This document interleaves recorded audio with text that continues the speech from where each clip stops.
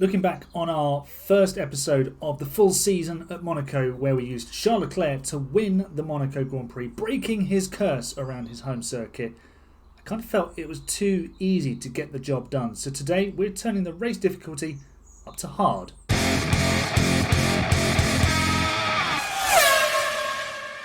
Hello folks, welcome to episode 2 of a full season at Monaco here with Ferrari, and of course we do lead the championship after winning the first round on the streets of the Principality with Charles Leclerc ending his curse, as I said in the intro.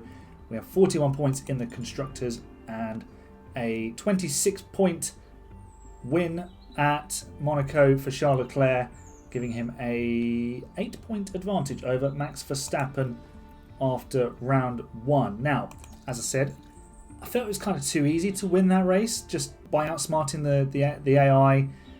I've played enough of this game now to know that they do stupid stuff just on normal difficulty. So what we're going to do, we're going to turn the race difficulty up to hard.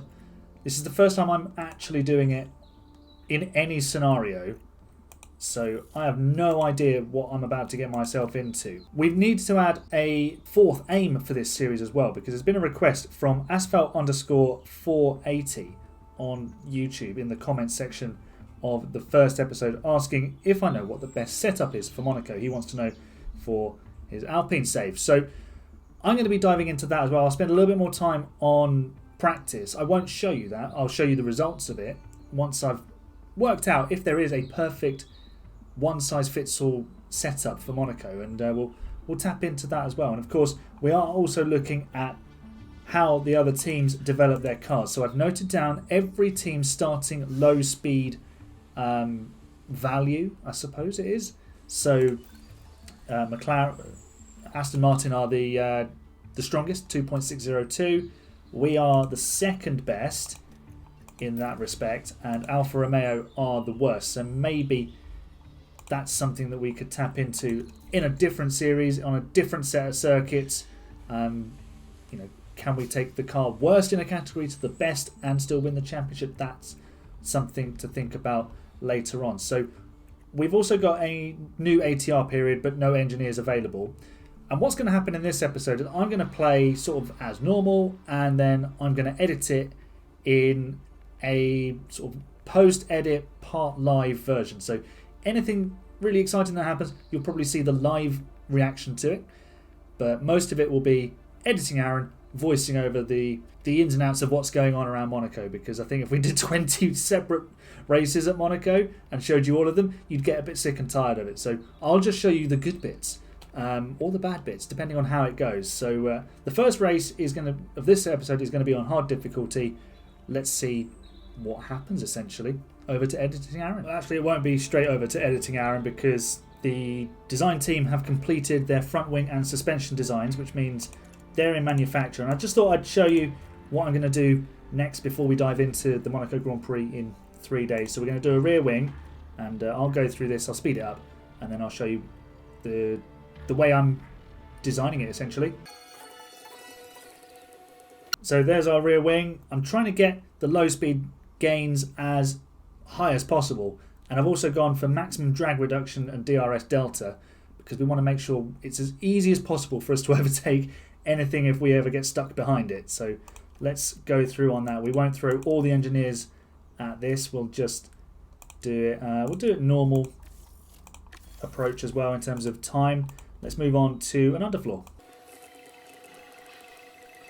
and once again just maximizing drag reduction and low speed with the underfloor. We'll throw 4 engineers at this, and we'll get that in design, and we'll do one more, which I think we'll do side pods.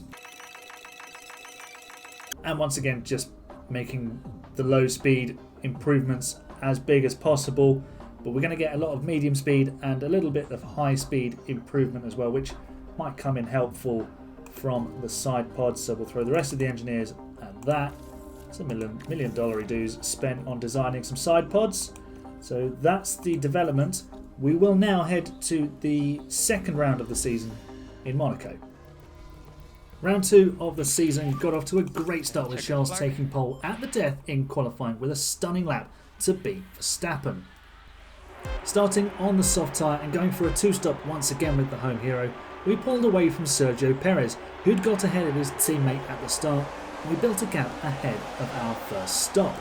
However, on the other side of the garage, Carlos was stuck in P4 behind Verstappen as the Red Bulls fell back as they'd started on hard tyres. By the time we reached our first stop with Charles, we'd done enough to beat most of the midfield traffic, although Alonso did sneak ahead.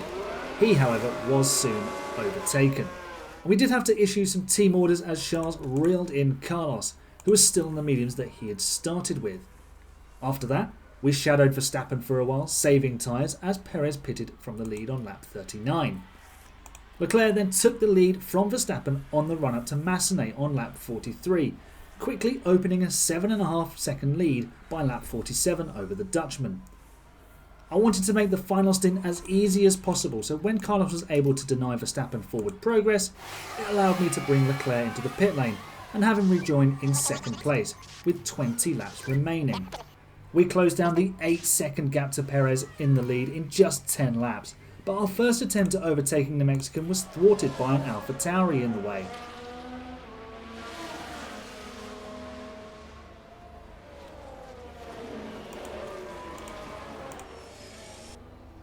But at the start of lap 69, the Monegasque dived to the inside at Saint-Devote and powered into the lead up the hill. And in taking that lead, he was on for a home victory. At last.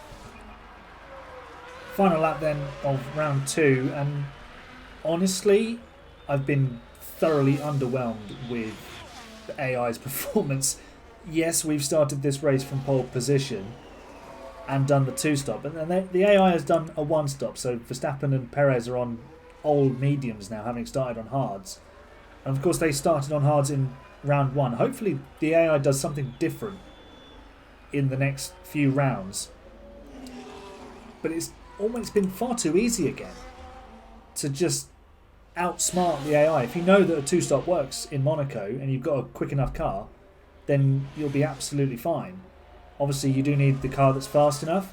So I think once we essentially have the fastest car on low speed corners, we're going to be winning this race by maybe double what we're winning it at the moment. And this is a pretty emphatic victory. And it's back-to-back victories for Charles Leclerc then on the streets of Monaco. This one was probably even easier. So, yeah. Hard difficulty? Really? B1! B1! Yes! After round 3 of the season, the new front wing and suspension parts were ready to go on the car, making the Ferrari the best car around low-speed corners. Maybe we need to up the development difficulty too. Following FP3, we had a 100% satisfaction setup with Carlos, so I've noted that down ready for use in round 4. Into Q3, and we'd already made sure of a front row lockout. Here's how the final lap duel between our drivers ended.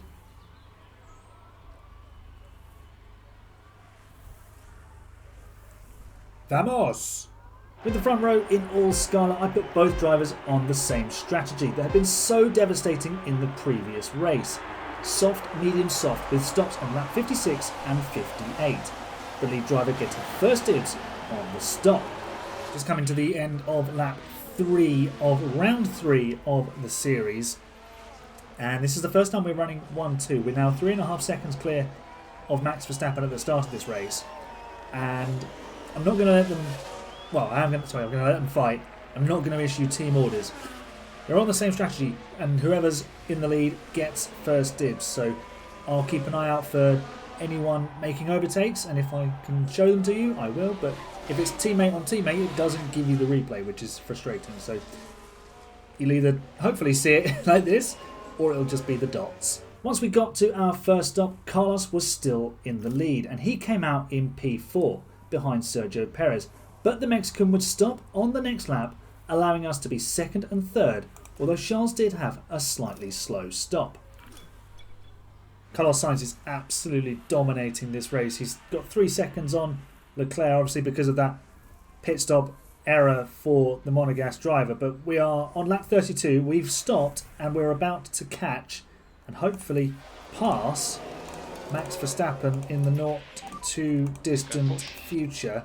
Let's drive in cleaner. Let's see if we can get the job done immediately.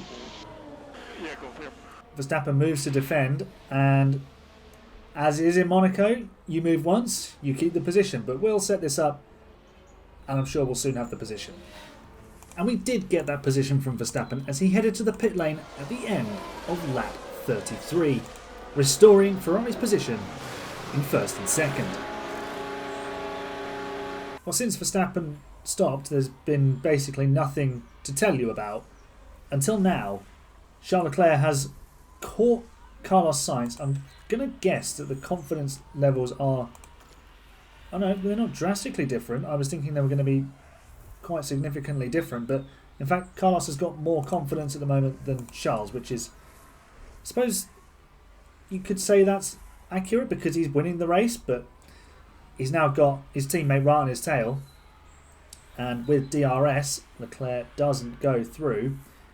But we have got a 24-second gap to Sergio Perez, who's probably on a very similar strategy to us, and we are 25 seconds clear of Verstappen, who can go to the end. So we'll probably just have to pass Verstappen at the end of this race. Again, that's just becoming the norm now. Do your two-stop, pass Red Bull at the end, job done. We are, of course, benefiting from the fact that we do have the best car around Monaco. That helps. Well, no wonder Lewis Hamilton chose to join Ferrari, because we've got a very good car and he is about to be lapped in his Mercedes. He was having to move over into back. I'm just going to wait and see if we can see the moment. Not that I'm taking any pleasure out of it. And there's Lewis Hamilton being lapped by Ferrari. On to the second round of stops, and again it was Carlos in first, but a bit of traffic made it incredibly tight between our drivers on pit exit. Here you can see Leclerc, after a 2.6 second stop, looks like he has the lead. But here comes Carlos, just in time to snatch it away. And don't mind the fact that the Haas just ghosted through Charles. That's fine. So you saw how close it was coming out of the pit lane, and then on that lap, Leclerc lost a whole bunch of time behind, I think it was Hülkenberg, who he was lapping, and now he's passing his teammate up the hill. We need to slow this down. This is insane. There's a back marker in front of them, and Leclerc and Sainz are just duking it out around the streets of Monaco. This could end badly for us. That's Sainz sending it into the hairpin, but Leclerc has just pinched the lead from his teammate. They're still duking it out. Let's jump on board. They're so close. This is incredible. And Sainz just about above the back marker, having to move to the other side of the track. Leclerc eventually has to admit defeat for now. Not quite sure how that came about, but we'll stick with this actually. A bit more of the live action rather than just the post-con.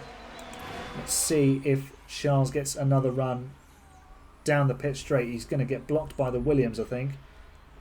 Yeah, he's lost 0.7 of a second just through the final corner. So we'll check back in on these two a little bit later on. We've only got 9 laps to go. And Leclerc is on the rampage. He wants another win on home asphalt. But Carlos Sainz wants a first win of the season. This could end badly. And then on lap 76, this happened. We've got a crash, and it is our 2 drivers. Carlos Sainz is out of the race. Or has he crashed on his own? He's crashed on his own. Oh, that was not a smooth operation, and Leclerc arrives on the scene. We've got a safety car. Surely that'll be a red flag. Bringing our red flag count up to 2. It is indeed a red flag, and it gives Red Bull a chance to win this race. Sainz has blown it with a few laps to go. Here we go again, just pure understeer and into the wall. Unbelievable, unbelievable. Are we going to restart on the final lap? Surely we will. Virtual safety car ended. What's going on? DRS disabled, I should hope so. Okay. Everyone's on soft tyres. 5 red lights. The lights are out. The race is back on. It is indeed the final lap. And quick. Oh, Leclerc gets a good start. And that was pivotal. And I think he might just do enough. Verstappen isn't going to be close enough. It's literally a 1-lap sprint. This is nuts. And Charles Leclerc is going to win this race. Sainz had it under control. And he just made a pure driving error. And has thrown it all away. Charles Leclerc wins in Monaco for the 3rd race running. He went into this season with no wins in Monaco. He's now won all 3. Graded most parts of the car now. Let's have a look at how we compare with Aston Martin, who were the benchmark for low-speed cornering at the start of the season. And they have only improved a little bit on their low-speed performance to 2.618 Gs of performance, which is only a 0.016 improvement. We have made a lot more than that, and we are comfortably first, although Aston Martin are no longer third, so it must be Red Bull. There we go. They're still actually significantly behind us, well over 0.1 of a G in terms of force, and giving us performance extra towards going faster and winning races. So our development strategy has really worked, although our strategy for Carlos Sainz didn't work last time because he crashed into the wall. Have less of that, please. Practice 1 then, and because we found a 100% setup last time with Carlos, even though he did end up throwing it in the wall, we're just going to stick that setup on immediately on both cars and see what happens. So this will hopefully give us an indication of one setup tends to work pretty well. We'll simulate the session. Does it immediately give us 100% confidence? I mean, for Carlos, it gives us 97%. That is pretty good going. So let's see if we can refine this a little bit. The AI has actually been fiddling around with bits and pieces, so I think that probably does quite nicely. And then for Carlos, it's just about maybe that, perhaps.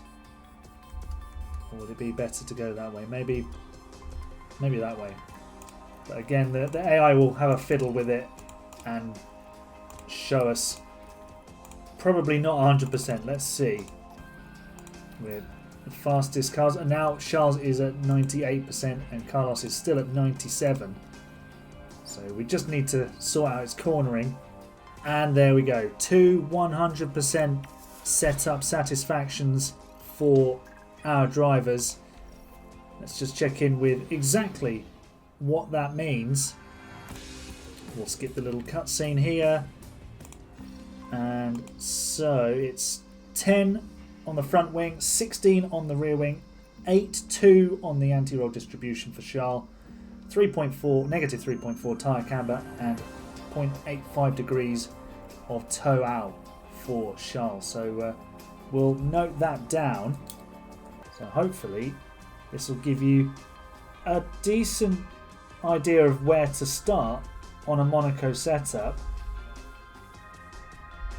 And then, as you saw with my experience, it's still about fiddling away a little bit and perfecting it. Let's see what it says for Carlos Sainz. Yeah, it's basically the same as what we had written down, but with 5 degrees more, or 5 degrees less of tyre camber than what we had before. So the original tyre camber note that I had written down for Carlos's car was minus 3.1. So hopefully that helps with your setups around Monaco, and hopefully this time our drivers don't throw it in the wall. We locked out the front row again for round 4, this time with Charles on pole, his second of the season so far. But we'd used all of our soft tyres through practice and qualifying, meaning I needed to opt for a medium hard one-stop strategy this time. But now that we have easily the fastest car, surely the two-stop isn't needed. So we're 26 laps into the 4th round of the season. Yes, we've got by far the best car around this circuit now, but Charles Leclerc is putting 5.5 seconds on his teammate right now. They've both got 100% confidence in their setups, by the way, as you'll have seen. But we are so much quicker than everybody else. However, this race could be interesting because we've got different strategies at play. I don't see Aston Martin really being a threat. I don't think they're quite quick enough. But Red Bull starting on the hards, they could be coming at us late on with mediums or softs, and we're switching to hards. We're doing a one-stop. So this could be our toughest race to win yet, simply because we're not doing a two-stop. So I've been underwhelmed by the hard difficulty of the race mode, but I think that's also been completely nullified by the fact that we have the best car. We're still 10 laps out from pitting, so let's see what happens when we pit, how far out we fall back, and then maybe this race could get spicy. By the time we came to the pit lane with Charles, we held a comfortable 1-2 with Verstappen almost 15 seconds adrift. Our advantage is now so big that even with a pit stop error, we can rejoin having lost just one position with each driver. And we pulled off a double stack. And so with all the pit stops out of the way, we look set for a first 1-2 finish of the season. Alright, we are watching Max Verstappen exit the pit lane on a set of mediums. He is 17 seconds behind us, at least Charles Leclerc. And he's got to pass his teammate, who's not stopped yet by the looks of things. He's got to make those tyres last at the end, and we've seen that AI has found it difficult to make the tyres last and be fast at the end. So while I thought this could be a tricky race, I think our pure speed has kind of taken it out of everybody's hands. Sainz is 8 seconds behind his teammate. I think we're heading for a 1-2 here, unless Verstappen does something absolutely virtuoso. But the way this game works, can't see it.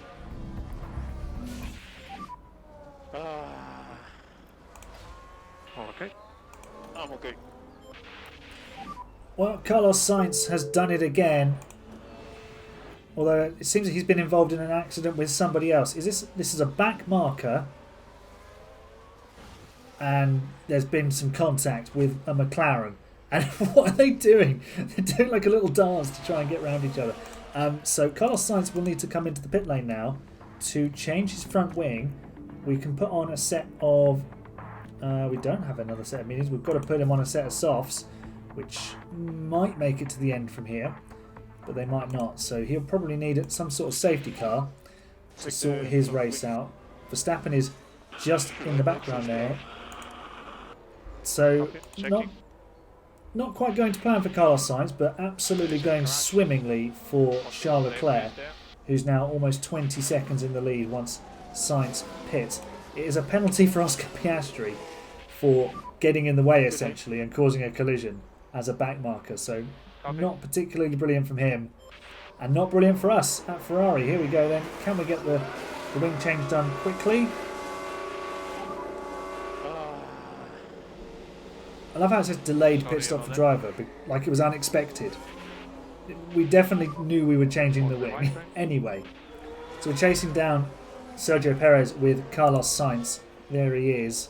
We were just watching Charles Leclerc, and it's about 3 seconds between the Spaniard and the Mexican at the moment, but tyres are a bit thin on the ground for Carlos.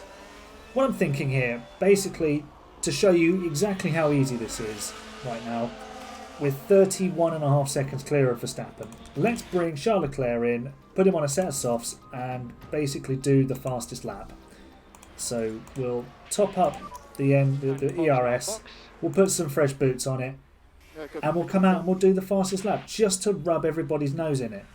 Hopefully we drop out in a nice gap where we can not get held up in traffic. Annoyingly, I don't think we're going to get this fastest lap because we've got to get through all this traffic first. If we can navigate it pretty efficiently, we might still get it, but at the moment, not sure. Lewis Hamilton's part of this. I think we're lapping people around here and in the midfield. It's absolutely insane. Just such a jumbled up order. Lewis Hamilton's going to get lapped once again. He has to get out of the way. He can't get in that Ferrari quick enough. Right, let's go for it then, I think. Got 3 laps to go. We might as well push now while we've got a little bit of clear air. It's not an improvement in the first sector. I don't think it's going to be an improvement in the middle sector because that's Stroll and Russell who need to get out of the way. Well, we might get a slipstream from them. We've definitely been held up there by Russell. In fact, it's a purple middle sector. Here we go. Is this the fastest lap of the race by Charles Leclerc? Through Anthony Nogues. Let's wait and see. Here comes the lap time. Hamilton has the fastest lap and we've just done a 10.8. 10.118, sorry. That was incredible. The final 2 sectors from Charles Leclerc. And 2 laps to go. We'll just throttle back now. We don't need to risk it. So there we go. We did the fastest lap while lapping traffic. Is this save now too easy? Well, Charles Leclerc, I think the curse is well and truly broken. He's won every race in this episode. 4 wins. But this was incredibly difficult. I genuinely can't believe that message has come up. That was the easiest win so far. Oh dear, this series. I thought it was going to be really interesting. It's now just become far too easy. So it's 4 wins out of 4 for Charles Leclerc after today's episode. And frankly, like I said, it's becoming a bit too easy. It's less enjoyable to play it when you just know that we've got the fastest car, and it's probably less enjoyable for you to watch it. Although you Charles Leclerc fans out there will be loving life right now, I'm sure. So there's a couple of things we could probably do to make this a bit harder. We can turn the AI's development up to hard. We can have a self-imposed ban on development. We could start every race from the back or 10th or something. Or we can restart the save with Alfa Romeo, who have the worst low-speed cornering on the grid. We could keep Bottas and Zhou, or we can put Leclerc in there and we can try and take him to glory with the team he made his debut in Formula One with, which was, of course, Alfa Romeo, Sauber, whatever they want to be called right now. So let me know in the comments what you think we should do. And if you don't want to leave it in the comments, you can always vote on a poll, which I'll put on the community page of the channel. So share your thoughts with me. I won't touch the save until we get some ideas. Let me know what you think. For now, though, you're the best fans. See you next time. Bye for now.